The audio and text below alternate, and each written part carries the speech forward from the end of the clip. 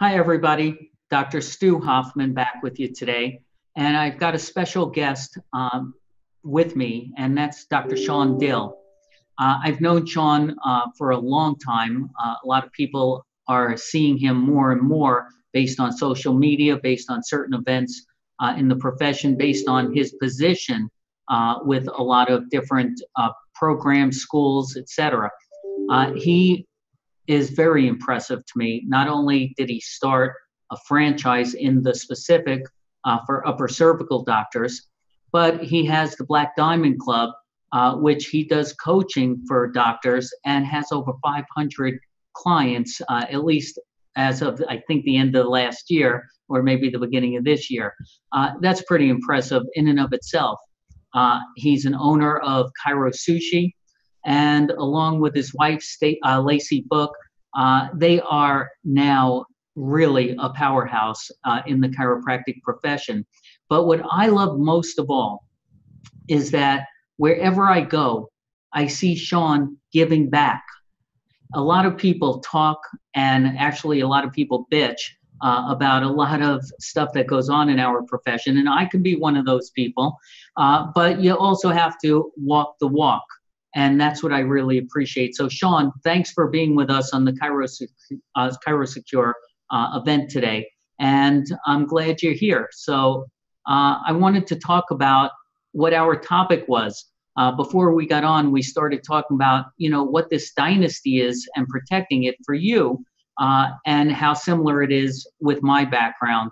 Do you want to just introduce it for us? Absolutely. And we're going to have to be careful. We have a lot of Chiro S's, ChiroSecure, ChiroSushi. Yeah. and a lot of tongue ties this morning, but that's all right. That's all right. So the protecting the dynasty is actually, it's a talk that I give that was inspired by a piece that I heard from Eric Thomas. Do you know him? The hip hop preacher. A lot of people are big fans of his. He's somebody that has really blown up in the sort of inspirational, entrepreneurial, motivational space.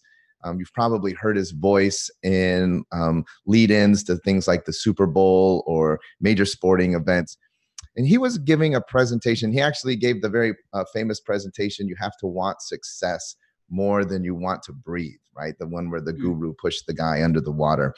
But he was giving a presentation where he was talking about how he was mentoring a group of students at the university, or at Michigan State University, where he eventually graduated as well. And they were talking about racial stereotypes. And in the talk, a young boy in the back who was Asian, so I can speak on this being half Asian myself, raised his hand and said, "I completely understand what you're speaking about, because being Asian, everybody thinks that in college, in academics, that we naturally excel, and I'm having a hard time."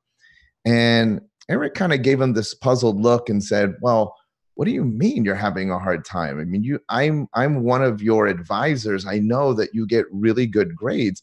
Are you talking about that one class that you're getting a B in?"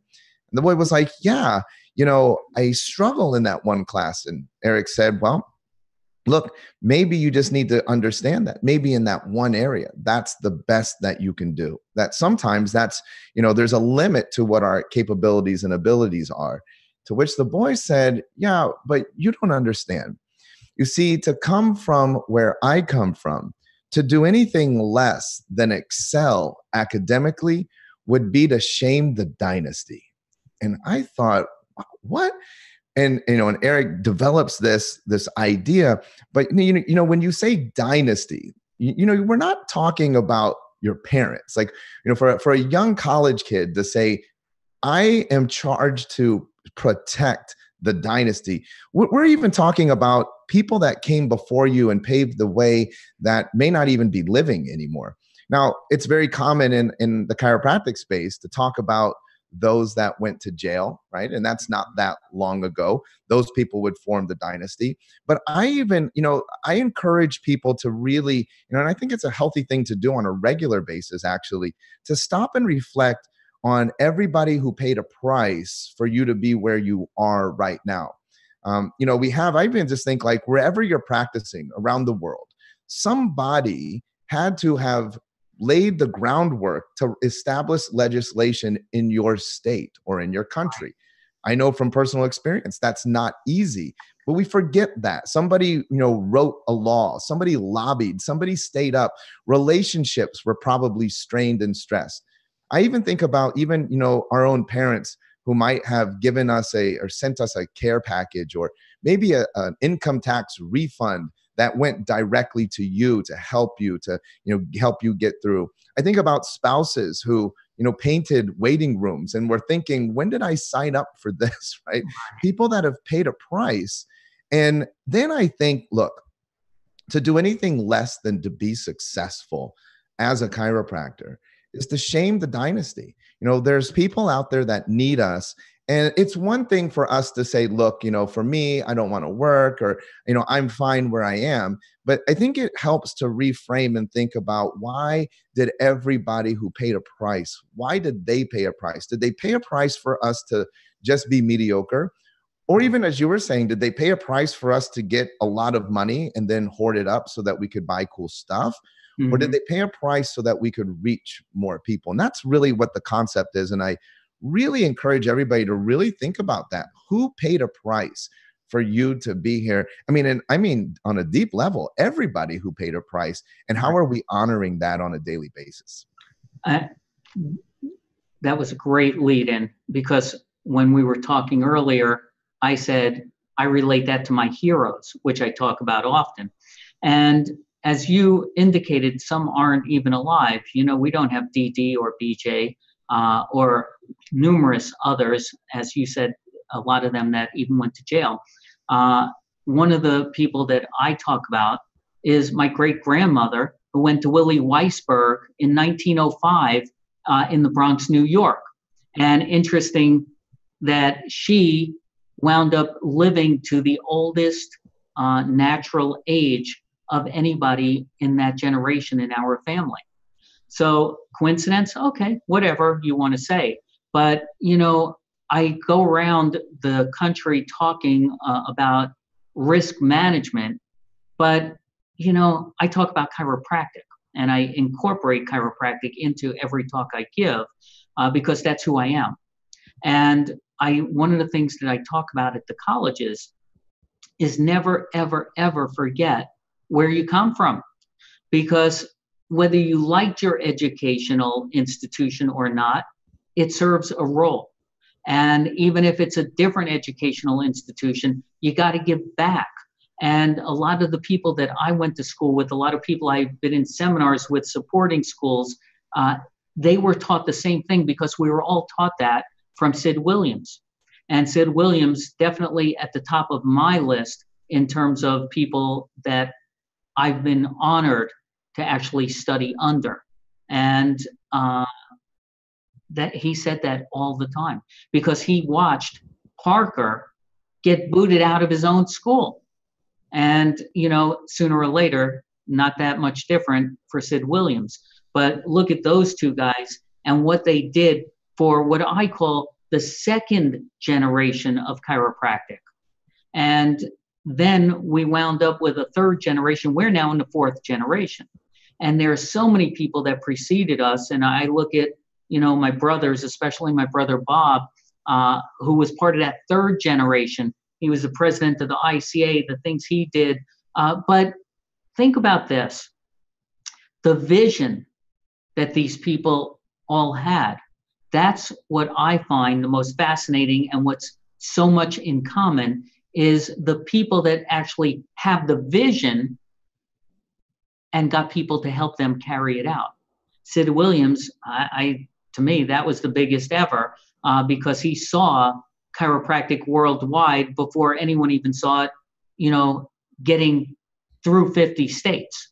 And now today, Life University has an outreach throughout the world. I know you work directly with Sherman. They're expanding their outreach. It's all of those people that came, as you said, before both of us. I've been at this since 1981, and I consider myself one of the young guys. Don't say anything.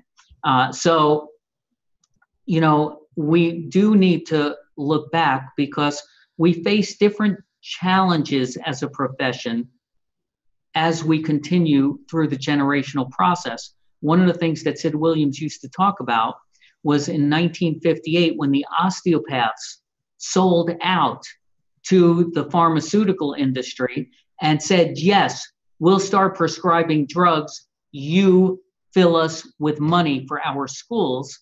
And now look at what the osteopathic profession is. Well, they're trying to do the same damn thing in chiropractic, and I'm one of the few people that are out there speaking against it. We need to protect what we have. It's not that what we've been doing for all of these years hasn't worked. If you're not getting the results, you need to go and find out why.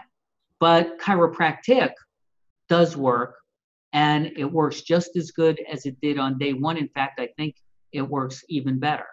So, I'm with you on looking back to look forward. Love it. Looking back to see ahead, right? Yeah. And you have to do that. So with your groups and your company, you deal a lot with marketing, and you have to take a lot of this into consideration when you're putting information out into the public or over the internet or wherever it is. How do you utilize this to help what you teach? Oh my gosh, this is great discussion today. We're hitting some sort of big foundational building blocks that we teach from. And, this is yet another one. There's a fantastic book out. I think that it's not out now, not recently. It's called Pendulum by Roy Williams. It's actually, in my opinion, a little bit of a dry read, but it is very interesting, the information that's brought forth. And one of the things that's really interesting that really affects chiropractic is the book takes a look at how societies worldwide follow sort of this pendular shift, and they trace it back, to the beginnings of recorded history. And we are on these sort of 20-year cycles where we go 20 years up to on this side where we have sort of a me-oriented society, 20 years down to the neutral, and then 20 years back up to the we-oriented society. Well, the height of the me society, the last height was 1983, which is interesting, right? And, Stu was just talking about that. And interestingly, that was a particular time when we could probably point to chiropractic being at a particular height as far as chiropractors generating revenue, profit margins being very high, insurance reimbursements being high. And the way that we marketed in a time when Michael Jackson was at the top of the charts, when Madonna was at the top of the charts, when the hit songs were living in a material world. That was a time when we were using, scare tactics, talking to a person to tell them how they individually were at risk. Well, times have completely changed. We are approaching in 2023 the height of the we society. This is the number one reason why social media is so prevalent, popular, and interesting, and not just to millennials. It's not a millennial phenomenon. It's in everybody because society cares about what is going on with everybody else. There could be a shooting on the other side of the world, and you will see people change their profile pictures in solidarity for something that's going on, even though they don't individually know those people. And that would not happen in 1983. We cared about ourselves. We cared about standing out. So one of the things that's kind of scary in chiropractic is a lot of the people who found success in the 1980s are still teaching our younger docs, our young students, how to be successful using strategies that are geared more towards a me society. And we need to make a shift. It's kind of late in the game. We should have been making a shift to orient what we're doing to a we society. And the fundamental attraction in a we society is that people desire to be a part of something greater than themselves. And the marketing constructs that we teach are to create community. In fact, this is sort of the matrix, is to create a community, sell into the community. Because if the community is created, it's easy to establish a relationship of trust and credibility with those that are in the community.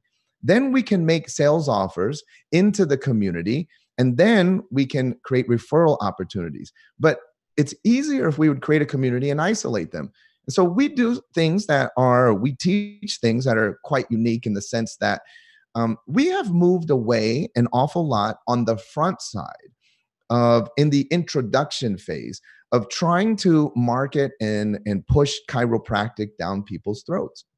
One of the other things that has become glaringly evident with social media is that people have what Seth Godin would refer to as a worldview or a frame, a way that they operate and navigate the world. And I've got to be frank with you, I've never seen, for example, in an election year, a discussion where somebody posts a post and says, "Hey, I love Donald Trump." And then somebody else comes back with, "He's a crook." And then there's a whole discussion. I've never seen it where the original poster comes back and says at the end, "You're right, I'm going to vote for Hillary." I've never seen that happen. Shifting people's worldviews is almost impossible. So the goal here in marketing in 2019 is to understand the worldviews that are prevalent in your community and embrace those worldviews. And that opens up the dialogue. This is one of the things too, and this is, very rampant right now with, Amazon is taking the some material off of their website. But running out and saying, "I am against vaccines," regardless of how you feel. I mean, I've seen discussions on, is this a chiropractic issue? Is it not? Regardless, it doesn't matter. It's from a marketing standpoint, it's not a smart marketing move to just come out and attack somebody's worldview. Because once I've attacked your worldview, now I've established that we are adversaries pretty much on everything. And then I've lost the opportunity to backfill the importance of a healthy nervous system, the relationship and the role of the spine and how it relates to the nervous system, how chiropractic relates to that. I've lost it because I've attacked your worldview. It's kind of like starting the conversation with guns are bad, or abortion is murder, or like having a position like that. It's going to set the tone and disrupt your ability to have further discussion down the road. So what can we gather around? And again, look, we're way outside the box now on the discussion points, but we could do something like a book club. That's one that we've done very effectively in a lot of our clinics where we've created community. And this is a real interesting one because I've got to say, I'll put myself out there as, I'm 40, I'll be 47 this year. No, 48. I'll be 48 this year. And it's not good that you don't know that. It's looking at things and I'm like, books, nobody reads books anymore. Who wants that? But then you see the popularity of things like Oprah's book club, and we put it out there, and I was amazed. I was absolutely amazed at how many people desired to come together on a monthly basis to discuss a book. But more importantly, it wasn't about the book. We began to notice that some people would call their friends during the book club and say, "Look, I know that the discussion has concluded, but are people still hanging out? Because I'm running late and I wanted to stop by." I thought, well, these people, they want to be a part of the group. They don't care about the book. They care about the group. One of the things too, this in Michael Port's book, Book Yourself Solid, is called "And Always Have Something to Invite People to Offer." Right. And that's one of the things that we teach, is that you always need to have something that you can invite people to that does not challenge their worldviews. One of the world's greatest always have something to invite people to offers is Sunday church. It happens every Sunday. It doesn't switch to Tuesday randomly. It's every Sunday. And it's always the same. This is something that's also interesting, is it follows the exact same format, right? So whatever church that you might go to, if you were to go to a church, the next week it follows the same format. And they say relatively the same things. They're teaching out of one thing into eternity. And the reality is that people that go to church don't go to church necessarily because of the message, because the message exists whether you go to the place or not. They really go because of the community, because of the people, not so much because of the pastor, or not so much because of the music, but because of the people. These are like-minded individuals that are gathering, and they're sharing that they share this common vision or mindset or spiritual charge, whatever it is that you want to gather around. And then they're able to go deeper because the pastor is able to offer them, financial classes, relationship classes, home studies. Look, if we were smart in 2019, we would create something that's centered around people coming together around not chiropractic, because that's not that popular right now, but coming around something that they agree is common to them.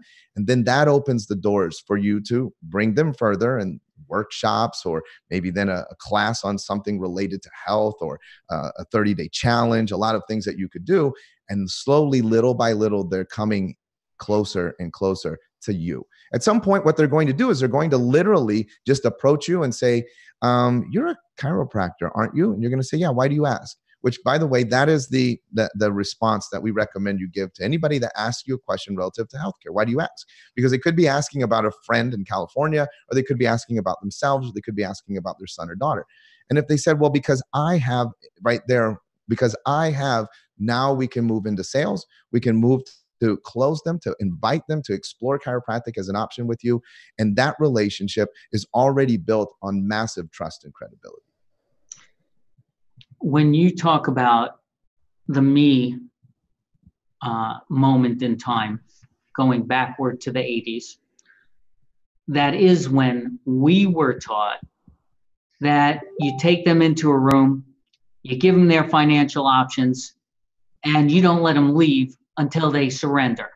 If they don't surrender, you tell them wait here and go get reinforcements until they do. And it did work, by the way. It worked so well that we had, between an 80 and 90 visit retention average in multiple offices at that point in time.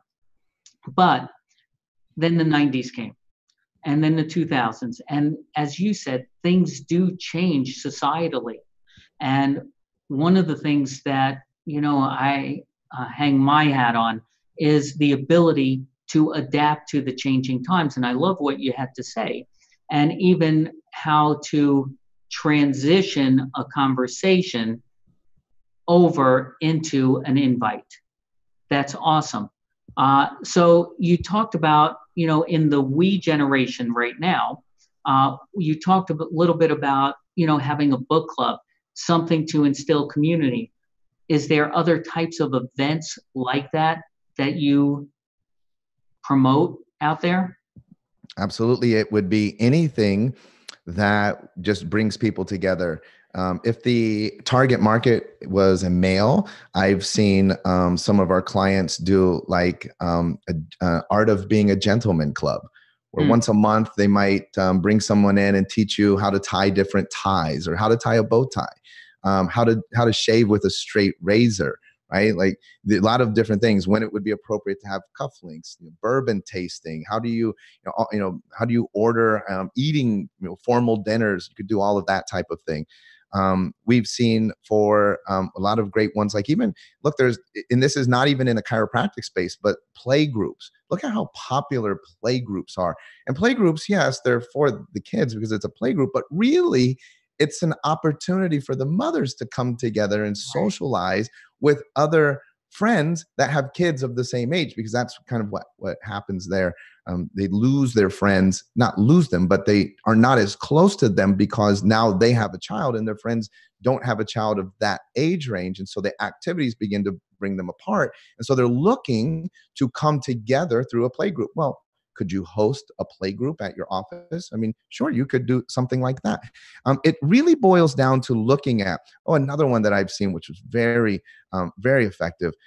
One of our doctors found that their target market loved hiking, and they also had a passion for hiking. So they would host a monthly class on hiking. Sometimes they would take them hiking. Sometimes it would be classes and instructional.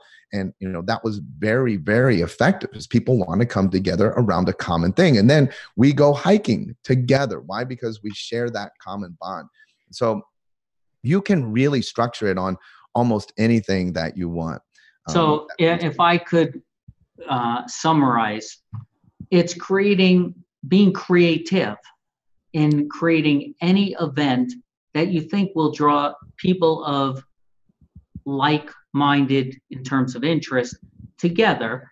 But I think the one key that wasn't spoken but may have been meant is that you're not doing it to suck them in as a new patient. You will have that naturally over time, but it's not the right now, everyone that shows up, I'm giving you an exam before you walk out of this office and you're signing up for a lifetime of care, because that's, again, that's what we did in the 80s. But it isn't what works today. And your intention is, I think, so under highlighted, how important your intent is in what you do, because people pick up and they won't show up if your only intent is to suck them in. And if it's done for the right reasons, you're going to naturally become, at least what I'm getting from you, Shawn, you're going to actually become a leader in your community in bringing people together for various interesting, cool things that happen. Absolutely. Okay. 100% there. In fact, that's one of the rules. And I apologize, I didn't state that. That's one of the rules of, and always have something to invite people to offer, is that there is no selling, right? We're creating this so that your prospects actually will come to you. And what a unique concept, right? That they will come to you and ask you. They will open up the door of opportunity to allow you to walk through to close. You don't have to even have an offer, which is great, because how many chiropractors don't like, discounting down to $19 exams? Yeah, we don't have to do that when you were asking me what it looked like to work with me. Right. And, I teach about the Adams study, which we don't have time to get into today, but I just want to give you a couple of points from it, because I think it totally relates to what we've been talking about. And, when I go and share this with audiences, I ask them, what about you're talking about sense of community. What if we had something that helped people feel that their overall health and well-being would be improved? Wouldn't that be a great thing to work around? Because people under chiropractic care, they found that 66.9% of those people felt that it improved their overall health and well-being. That's just a general topic. But what about, whether it be the government, industry, insurance companies, what if you were able to get more people that felt motivated to exercise more? And when it comes to people that have been under chiropractic care, the answer to that is 21.6% of people under chiropractic care were more motivated to exercise regularly. And things like gaining a sense of control over their own health, 32.5%, stress, 40.2% felt that chiropractic helped reduce their stress or relax. And the Adams study was done by the government, had nothing to do with the chiropractor. There was no researchers that analyzed the data in the US, taking out all political aspects of it. And these are just some statistics. It's an incredible study. And these are some statistics from the Adams study that, to me, tell me where I want to focus on my community, because it becomes a natural fit, in addition, not instead of, but in addition to learning how to tie a bow tie, which I don't know how the heck to do, but that's why I have a wife that helps me. And, these are all great things.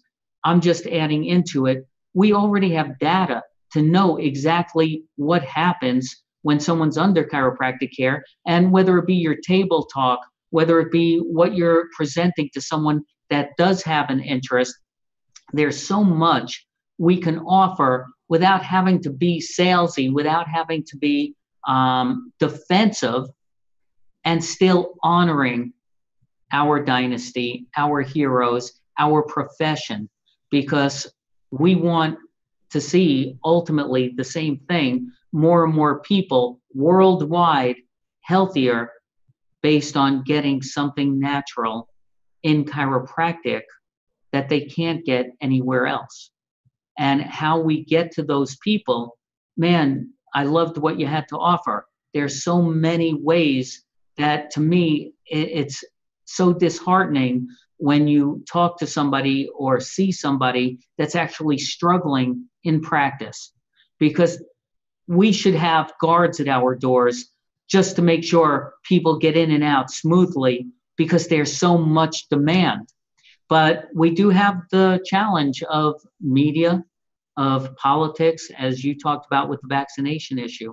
And there's a lot to overcome. I know you work from your end, I work from my end. Some of it we come together, and there's a lot of us out there doing things that people inside their four walls just have no idea what's going on. They just know that they're either getting paid and they're happy, or all of a sudden they're not getting paid and they're pissed off. They don't know who they're pissed off at, but they're just pissed off. So coming together, this was a great show today. And I really appreciate your perspective. And again, you know, I love the fact that you give back, you talk about giving back, and you actually do what you say you're going to do. And that's why we see eye to eye, Shawn. Absolutely. And, you know, I think that, gosh, that's such a phenomenal message. There is, on one side of the coin, so much apathy, people that just feel like they can't make a difference, or, you know, like you said, they're struggling. On the other side of the coin, there's a lot of really successful people who see everything as polarizing. I mean, I'm sure right now there are people saying, what's Stu doing on this program with Shawn, and vice versa. The reality is, just as you said, you find the commonalities, you find where you see eye to eye, and then you leverage and collaborate with other people to move the needle, to move the agenda forward. It doesn't mean that you're adopting everything that somebody says, but that's what allows us to progress. Not that we're all automatrons and we're identical, but there are certain points where I know that there certain factions in this profession must come together and see eye to eye. Doesn't mean adopting everything that every faction says, but it means that we find the common points and we agree that we are going to move forward on those agenda items. Because look, if we adopt an apathetic approach, just like you said earlier, we go the way of the osteopaths. And it is clear that there are and will continue to be forces within our profession that want to move in that direction. And we can't be just, you know, arguing and yelling at each other, you know, about how much money got raised or who's in charge, or all of that stuff is just so nonsensical. That's why I love working with you. And just real quick, I love doing this because I love sharing. I love to be super transparent. The reason why people came and watched this show is because ChiroSecure, because Stu provides malpractice. But clearly, Stuart has a bigger vision than just a malpractice company. And that's what we just talked about. People coming together because they share a commonality in that they appreciate Stu's work. They appreciate what ChiroSecure has done for them in their lives and their practice. And then next thing you know, because of that coming together, we have a forum to talk about other things that are important for the agenda to be moved forward, to allow those clients of Stu's to be more successful, to see more people, and to ultimately reach the vision that Stu has for the world, to bring chiropractic to them. We just did the exact same thing here today that we were talking about. Exactly. Thanks, Shawn. And, you know, for those of you out there, don't forget to subscribe to us on YouTube. Please like us on Facebook under ChiroSecure. You can download our ChiroSecure app. It's free. You'll get all of our notices about these shows and everything else that we do, our women's show, our pediatric show, etc. Our job is to keep in tune with each of you. So we appreciate all of you that are already with ChiroSecure. If you're not, we certainly invite you to give us a call, go on our website, fill out a quick quote form. whatever it takes. But we certainly invite you to play with us. And Shawn, I'll look forward to seeing you up in the Berkshires in a few weeks, and we'll have a good time. Absolutely. Thanks so much, Stu, for having me. All right. Have a great day, everybody.